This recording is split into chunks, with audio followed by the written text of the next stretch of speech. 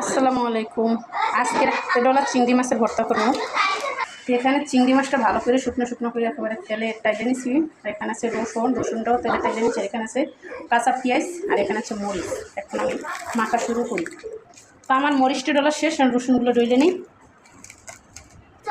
মরিচ আর রসুনটা মাখানো শেষ, এখন পেঁয়াজগুলো নিয়ে নিই। এখন আমার ডলা শেষ, এখন কিছু সরিষার তেল দিয়ে দিলাম। সরিষার তেলটা দিয়ে মরিচের ভর্তাটা একটু ভালো করে মাখাই নিই। শুধু যে মরিচের ভর্তাটা ডললাম, এইগুলো দিয়ে তো ভাত খাওয়া যায় 1 কেজি চালের। এখন আমি চিংড়ি মাছগুলো ভালো করে মাখাই নেব। তো আমার চিংড়ি মাছটা মাখানো শেষ। এতে অতিরিক্ত তেল আছে, আর আমি মরিচের ভর্তার সাথে তেল দিয়েছিলাম, মানে চিংড়ি মাছটা আমি তেল দিয়ে টেলেছি, এই জন্য আর বেশি তেল দিলাম না।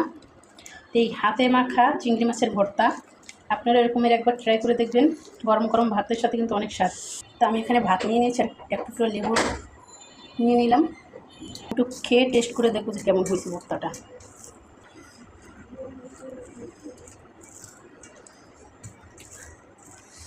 বিসমিল্লাহির রহমানির রহিম। মাশাআল্লাহ, অসম্ভব স্বাদ হয়েছে। একটা টকটক ভাব আছে লেবুর, তার সাথে চিংড়ি মাছগুলা অন্যরকম একটা ফ্লেভার। মাশাআল্লাহ, আপনারা একদিন ট্রাই করে দেখবেন।